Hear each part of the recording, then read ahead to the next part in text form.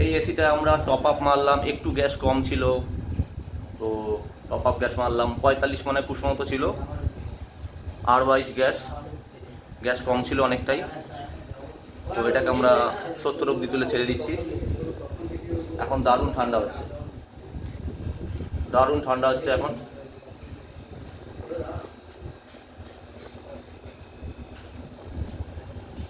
এটাও এক কাস্টমারের বাড়িতেই।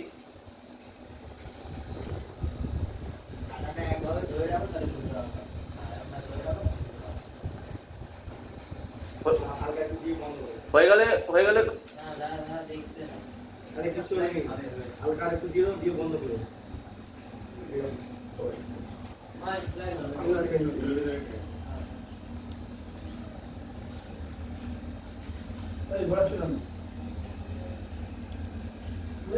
কি দরকার